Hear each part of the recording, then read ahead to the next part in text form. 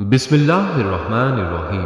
السلام علیکم عزیز خواتین و حضرات، اللہ کے نبی حضرت سلیمان علیہ السلام کو اللہ پاک کی طرف سے ایسی بے مثال حکومت اور سلطنت حاصل تھی کہ صرف انسانوں پر نہیں بلکہ جنات، پہاڑوں اور ہوا پر بھی ان کی حکومت تھی۔ اللہ تعالیٰ نے جنات اور شیاطین کو بھی حضرت سلیمان علیہ السلام کا تابع اور فرما بردار بنا دیا، یعنی جنات بھی نوکروں چاکروں کی طرح آپ کا ہر حکم بجا لاتے تھے۔ جنات آپ کے لیے سمندر کی تہہ سے قیمتی موتی، ہیرے جواہرات نکالتے، بلکہ حضرت سلیمان علیہ السلام کو بڑی اور خوبصورت عمارتیں بنانے کا شوق تھا، لہذا جنات آپ کے حکم پر شاندار عمارتیں بناتے جن میں سرخ و سفید نفیس قسم کے پتھر لگائے جاتے تھے۔ اس کی ایک مثال سورۃ النمل میں اللہ تعالیٰ نے بیان کی ہے کہ سلیمان کے حکم پر جنات نے پانی کے حوض پر شیشے کا خوبصورت فرش لگا دیا تھا۔ ملکہ سبا نے سمجھا کہ یہ پانی ہے، حالانکہ وہ شیشے کا عمدہ فرش تھا جس کے نیچے پانی تھا اور وہ بڑا نفیس اور روشن معلوم ہوتا تھا۔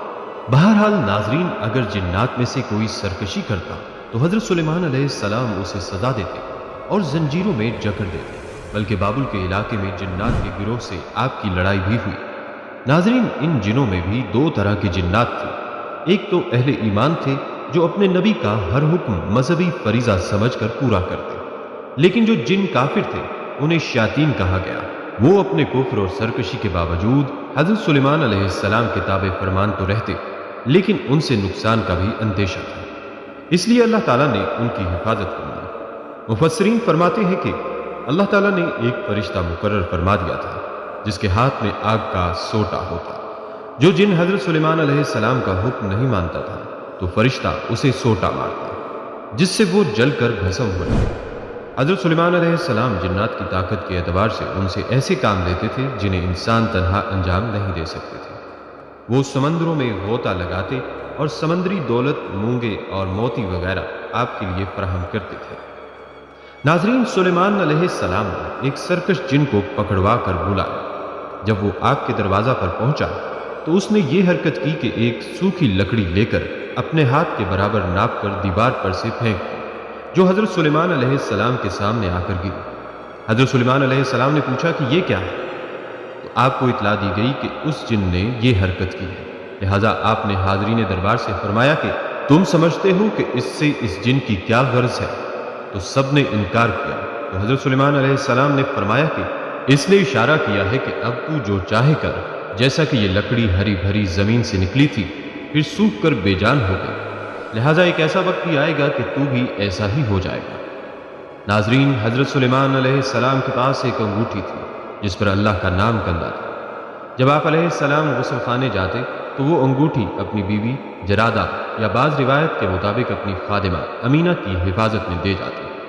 ایک روز آپ غسل کے لیے تشریف لے گئے تو صخرہ نام کا ایک شیطان جن جو آپ کا بہت مخالف تھا، وہ آپ کی شکل میں آیا اور آپ کی بیوی سے انگوٹھی لے گئی۔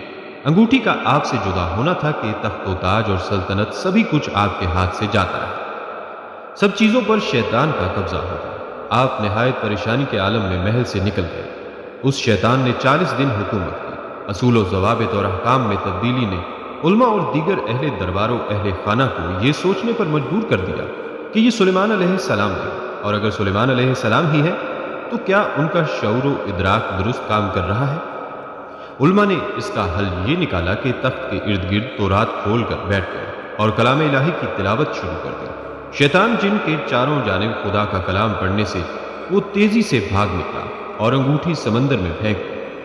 ادھر سلیمان علیہ السلام چلتے چلتے مچھیروں کی بستی کی طرف جا نکلے تھے اور مچھیرے کے ہاں ملازمت کرتے۔ دن بھر کے کام کاج کے بعد اجرت کے طور پر آپ کو 2 مچھلیاں دی جاتی۔ ایک روز آپ علیہ السلام بھوک سے بے حال ہو رہے تھے۔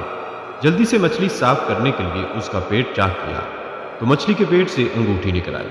انگوٹھی کا ملنا تھا کہ اسی لمحے پرندوں کے جھنڈ نے آ کر آپ پر سایہ کر دیا۔ آپ علیہ السلام نے اللہ تعالیٰ کا شکر ادا کیا۔ عوام و خواص نے آپ علیہ السلام کو پہچان لیا اور معذرت طلب کی۔ بہرحال آپ نے اسے اللہ تعالیٰ کی طرف سے ایک آزمائش جانا۔ ناظرین، ایک مرتبہ حضرت سلیمان علیہ السلام اپنے لشکر کے ساتھ ہوا میں اڑتے ہوئے جا رہے تھے۔ نیچے گہرا سمندر تھا، سمندر میں خطرناک موجیں اٹھ رہی تھی۔ حضرت سلیمان علیہ السلام نے ہوا کو حکم دیا تو وہ پھیل گئی۔ جنات کو سمندر میں غوطہ لگا کر اندر کی حالت معلوم کرنے کے لیے بھیجا۔ جب وہ واپس آئے تو بتایا کہ نیچے سمندر میں ایک موتیوں کا بنا ہوا کعبہ ہے اور اس کا کوئی دروازہ بھی نہیں ہے۔ آپ نے حکم دیا کہ اس کو باہر لے کر آؤ۔ جنات اس کو سمندر سے نکال لائے اور حضرت کے سامنے رکھ دیا، جس کو دیکھ کر وہ بہت حیران ہوئے اور اللہ رب العزت سے دعا مانگی، جس سے کعبہ کا دروازہ کھل گیا۔ حضرت سلیمان علیہ السلام نے کعبہ کے اندر ایک نوجوان کو دیکھا جو اللہ پاک کی عبادت کر رہا تھا۔ حضرت نے اس نوجوان سے پوچھا، تم فرشتے ہو یا جن ہو؟ اس نے کہا، نہ میں فرشتہ ہوں نہ جن، بلکہ میں انسان ہوں۔ حضرت نے سوال کیا، اس کعبہ میں تمہیں کھانا وغیرہ کیسے ملتا ہے؟ نوجوان نے کہا، جب مجھے بھوک لگتی ہے تو پتھر سے ایک درخت نکلتا ہے، اس درخت پر ایسا پھل لگتا ہے جس میں دودھ سے زیادہ سفید، شہد سے زیادہ میٹھا اور برف سے زیادہ ٹھنڈا پانی ہوتا ہے۔ میں وہ پھل کھا لیتا ہوں اور پانی پی لیتا ہوں۔ جب میرا پیٹ بھر جاتا ہے تو پھر وہ درخت خود ہی غائب ہو جاتا ہے۔ پھر حضرت سلیمان علیہ السلام نے پوچھا کہ تمہیں اس میں دن اور رات کا کیسے پتہ چلتا ہے؟ تو نوجوان نے عرض کیا، حضرت مجھے یہ بزرگی اپنی ماں کی خدمت اور ان کے ساتھ اچھا برتاؤ کرنے کی وجہ سے حاصل ہوئی ہے۔ میں اپنی بوڑھی ماں کو کمر پر اٹھائے رکھتا تھا اور وہ میرے لیے یہ دعا مانگتی تھی، اے میرے معبود، تو اس کو نیک وقت بنا، میرے مرنے کے بعد اس کو ایسی جگہ پر ٹھہرا جو نہ زمین میں ہو نہ ہی آسمان میں ہو۔ اور ماں کے فوت ہو جانے کے بعد ایک دن میں سمندر کے کنارے گھوم رہا تھا تو مجھے سفید موتی کا ایک چمکدار کعبہ نظر آیا۔ جب میں اس کے قریب گیا تو اس کا دروازہ کھل گیا اور میں اس کے اندر چلا گیا اور پھر دروازہ بند ہو گیا۔ مجھے نہیں معلوم کہ اب میں زمین میں ہوں یا آسمان میں یا پھر کھلی ہوا میں، مجھے اسی میں رزق مل جاتا ہے۔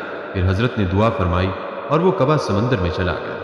ناظرین، حضرت سلیمان علیہ السلام جیسا تخت جو تخت سلیمانی کے نام سے مشہور ہے، کسی بادشاہ کو نصیب نہ ہوا۔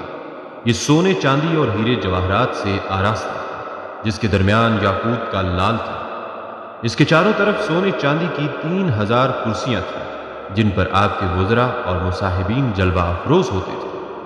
آپ کی خواہش کے مطابق جنات اس تخت کو ہوا میں ایک مقام سے دوسرے مقام تک لے چلتے تھے اور پرندے ان پر اپنے پروں کا سایہ کیے رہتے تھے، اور کتنی ہی مخلوقات اس تخت کے ساتھ ساتھ چلتی تھی۔ ایک دفعہ اسی شاہانہ آب و تاب کے ساتھ تخت سلیمان اڑا جا رہا تھا کہ اسے دیکھ کر جنگل میں ایک لکڑہارے کے منہ سے بے اختیار نکل گیا، سبحان اللہ، آل داؤد کی کیا شان و شوکت ہے۔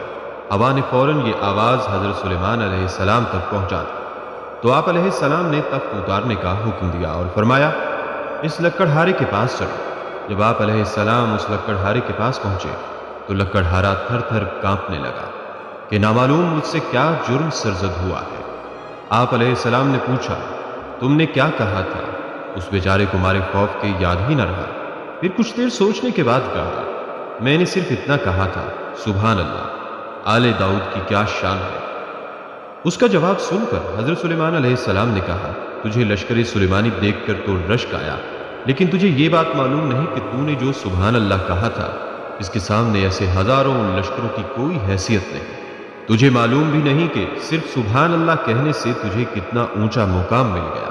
ناظرین، حضرت سلیمان علیہ السلام اللہ تعالیٰ سے ہمیشہ یہی دعا کرتے تھے کہ اللہ مجھے وہ مقام عطا فرما جو نہ مجھ سے پہلے کسی کو ملا ہو اور نہ میرے بعد کسی کو ملے۔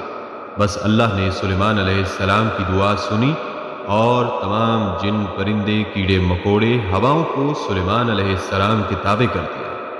ہوا سلیمان علیہ السلام کا تخت فضاؤں میں اڑائے پھرتی تھی۔ ایک دن سلیمان علیہ السلام کا تخت ہوا میں اڑ رہا تھا۔ سلیمان علیہ السلام کی نظر زمین پر ایک عورت پر پڑی جس کے منہ پر مٹی لگی ہوئی عجیب حال میں پاگلوں کی طرح پھر رہی تھی۔ حضرت سلیمان علیہ السلام نے سوچا، اس پاگل لڑکی سے کون شادی کرے گا؟ یہ بات اللہ کو ناگوار گزری۔ سلیمان علیہ السلام کا تخت جب سمندر کے اوپر سے گزر رہا تھا، حضرت سلیمان علیہ السلام کی انگوٹھی ہاتھ سے اتری اور پانی میں جا گئی۔ بس انگوٹھی کا پانی میں گرنا تھا کہ پرندے، کیڑے مکوڑے، جنات، ہوا، ہر چیز ہی حضرت سلیمان علیہ السلام کی شخصیت سے ناواقف ہو گئی۔ آہستہ آہستہ سلیمان علیہ السلام کا تخت زمین پر آنے لگا۔ حضرت سلیمان علیہ السلام پریشان ہو گئے کہ آخر یہ کیا ماجرا ہے۔ جب وہ جنات کو حکم دیتے تو وہ ان کی بات نہ سنتے وہ پرندوں کو حکم دیتے وہ ان کی بات نہ سنتے، وہ ہوا کو حکم دیتے تھے وہ ان کی بات نہ سنتی۔ حضرت سلیمان علیہ السلام کچھ دن تک بہت پریشان رہے، پھر انہیں خیال آیا کہ اللہ اپنی مخلوق سے بہت پیار کرتا ہے۔ انہوں نے اپنے تخت پر بیٹھ کر عورت کو حقیر سمجھا۔ حضرت سلیمان علیہ السلام اس عورت کو ڈھونڈنے نکل پڑے کہ میں اس سے معافی مانگوں گا تو اللہ مجھے معاف کر دے گا۔ حضرت سلیمان علیہ السلام کچھ دن تک اس عورت کو ڈھونڈتے رہے لیکن وہ نہ ملی۔ ایک دن حضرت سلیمان علیہ السلام کو بھوک لگی، وہ سمندر پر گئے مچھلیاں پکڑنے، وہاں انہیں وہ عورت نظر آئی۔ حضرت سلیمان علیہ السلام نے بڑے ادب سے ہاتھ جوڑ کر اس عورت سے معافی مانگی اور کہا، میں تم سے شادی کرنا چاہتا ہوں، کیا تم راضی ہو؟ کیا تم نے مجھے معاف کر دیا؟ وہ پاگل عورت مسکرائی اور بولی کہ میرے لیے اس سے زیادہ خوشی کی بات کیا ہے کہ آپ کی شادی مجھ سے ہو رہی ہے۔ حضرت سلیمان علیہ السلام نے اس عورت سے شادی کر لی اور دونوں خوش خوش رہنے لگے۔ پھر ایک دن حضرت سلیمان علیہ السلام اس سمندر پر مچھلی پکڑنے آئے کہ کچھ مچھیروں نے ایک مچھلی پکڑی جو چمک رہی تھی۔ وہ سب آپس میں باتیں کر رہے تھے۔ جب اس مچھلی کو کاٹا تو اس میں حضرت سلیمان علیہ السلام کی انگوٹھی تھی۔ حضرت سلیمان علیہ السلام نے جلدی سے وہ انگوٹھی اپنی انگلی پر پہنا۔ اللہ کے کرم سے اللہ نے ساری مخلوقات کو سلیمان علیہ السلام کے دوبارہ تابع کر دیا۔ ہوا آپ کے تابع ہو گئی، جنات آپ کے تابع ہو گئے، پرندے آپ کے تابع ہو گئے، کیڑے مکوڑے آپ کے تابع ہو گئے۔ حضرت سلیمان علیہ السلام کا تخت اڑتا اڑتا آپ کے قدموں کے نیچے آ گیا۔ جب آپ اپنے تخت پر بیٹھے تو دل ہی دل میں یہ بات سوچ رہے تھے کہ اللہ کے نزدیک سب سے برا عمل یہ ہے کہ وہ اس کی مخلوق میں عیب تلاش کرے، یا کسی کا دل دکھاتا ہے، یا کسی کو اپنے آپ سے کم سمجھتا ہے۔ ہماری دعا ہے کہ اللہ رب العزت ہمارے اخلاق بہتر بنائے اور ہمیں انسانیت کی قدر کرنے والا بنائے۔ آمین یا رب۔